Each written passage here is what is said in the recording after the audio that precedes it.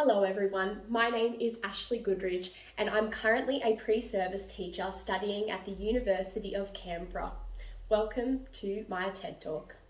One of the many questions we ask ourselves as educators is what are we going to teach our students and how can we do it effectively?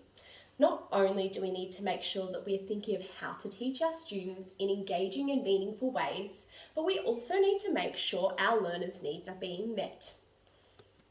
As teachers, we start our year by not knowing a lot about our students. We can often be briefed about specific students, but there never seems to be an emphasis on the diversity of all learners in your class. We need to remember that each student comes to school with different experiences, beliefs, and their own culture and identity. When we talk about diversity, it is this exact idea that every individual is unique. Often going hand in hand with diversity is the idea of inclusion. Inclusion, according to the Diversity Council of Australia 2019, is when a diversity of people feels valued and respected, have access to opportunities and resources, and can contribute their perspectives. In our schools, we need to make sure that we practice inclusion by making students feel valued and respected, as well as providing equal access to opportunities. One way we can do this is by using an inclusive pedagogical framework. But what can we use as an inclusive pedagogical framework? Well, one option is the Universal Design for Learning. Universal Design for Learning began its development in 1984 from Dr. David Rose and Dr. Anne Meyer, who are researchers at the Centre for Applied Specialised Technology, better known as CAST. Originating from architectural ideas of Ron Mace, the creator of Universal Design, UDL aims to provide educators with a foundation for designing learning that provides students with equal opportunities and participation.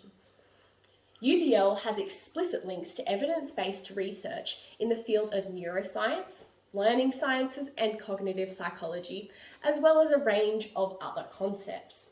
The three general principles of UDL align with the learning networks of the brain, which are recognition, strategic, and effective. As you can see here, the recognition network of the brain deals with the what of learning and aligns with the principle, provide multiple means of representation. As educators, we should all strive to provide a range of representations since our students are diverse and require different ways of representing information. To follow on from representing information, it is important that we choose tasks that are highly engaging to our diverse students. Another UDL guideline is providing multiple means of engagement, which is the why of learning and is part of our effective brain networks. The engagement guideline highlights the importance of providing students with choice and autonomy over their learning, as this allows for high motivation in our learners. The final guideline of UDL, linking to the strategic network, is our how of learning, where we provide multiple means of action and expression. Similarly to the representation guideline, action and expression allows students to express information in a way that is accessible to them, as well as guided support from us educators. The most important element of UDL is that curriculum needs to be designed from the start and not just an afterthought. Let's look at some strategies we can implement that benefit these diverse learners and the whole class. Attention Deficit Hyperactivity Disorder, ADHD, is a life-spanning neurodevelopmental disorder generally characterised by persistent patterns of hyperactivity, impulsivity, and inattention that differs from typically developing children. ADHD can be categorised by inattentiveness, hyperactivity, or impulsivity, and a combination of both. Whilst everyone presents differently with ADHD, especially between males and females, there are some common characteristics that us educators can observe. Possible characteristics that can be associated with ADHD are difficulties in forming and maintaining relationships, inability to sit still and quiet, impulsivity, hyperactive behaviours, hyperfixation on objects or tasks, and frequent outbursts. Often identified in research as comorbid to ADHD, is autism spectrum disorder, ASD.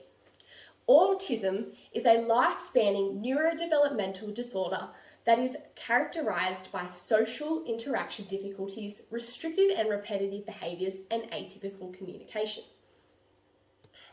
The term spectrum is used when describing autism, as there is a vast range of difficulties that people with autism experience, as well as the degree to which this happens. Individual symptoms of autism vary for each person, including from mild to severe. These symptoms can be students struggling with social interactions, in particular an inability to understand how others think and feel, repeating behaviours, and sensory processing problems. But how can we use UDL to help support these learners? Firstly, before we talk about specific strategies, it is important to note that this is done in the initial phase of planning. With UDL, we need to make sure we plan for every diverse learner using the guidelines before the teaching activities occur. Let's talk about the strategies we can use in our classroom.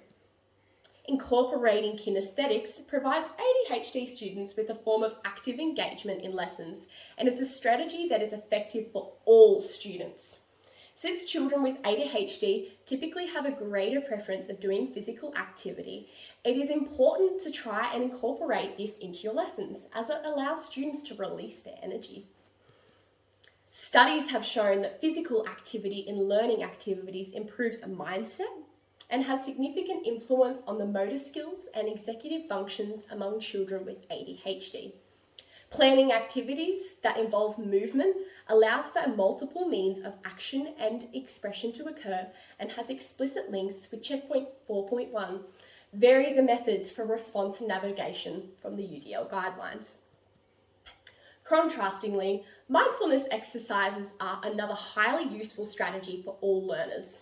It allows learners to self-regulate their emotions and relates to checkpoint 9.2 of the UDL guidelines, facilitating personal coping skills and strategies. Whilst mindfulness exercises haven't been used in schools for a long time, recent studies have shown that students with ADHD benefit from participating in group mindfulness exercises.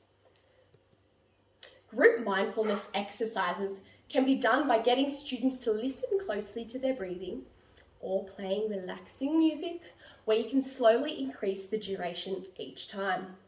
By doing this, it allows ADHD students and others to slowly develop their inattentional awareness and acknowledge feelings and emotions that may slowly arise, which in turn promotes cognitive and psychological well-being.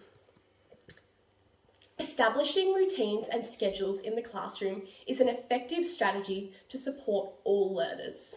By having clear routines throughout the day and displaying a schedule of activities, it increases predictability of learning and activities and allows learners to anticipate and prepare for activities.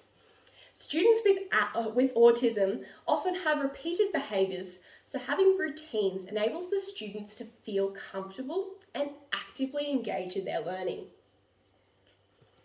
In a classroom, you can have visual schedules that display daily routines and tasks. These schedules have a significant reduction in disruptive behaviour for students with autism and enables learners to have smooth transitions between learning tasks. Social skills training is another strategy that is highly useful for children with autism and highly effective for students in middle school years. Social skills training varies depending on an individual and class goals, but an example is computer-based instruction where activities teach social interactions, body language, and facial expressions. Evidence has shown that social skills training enables learners to resolve problems, and for children with autism, it improves their communication with others and limits disruptive behaviours. When planning lessons, we need to be inclusive and design learning that is catered for all. If we prepare appropriate strategies during planning, our lessons will be more successful and adjustments will be easier to make. Whilst I've only provided 2 examples of diverse learners, all learners are diverse. I have demonstrated ways to use UDL principles in the classroom to benefit all learners. But remember, UDL starts with you.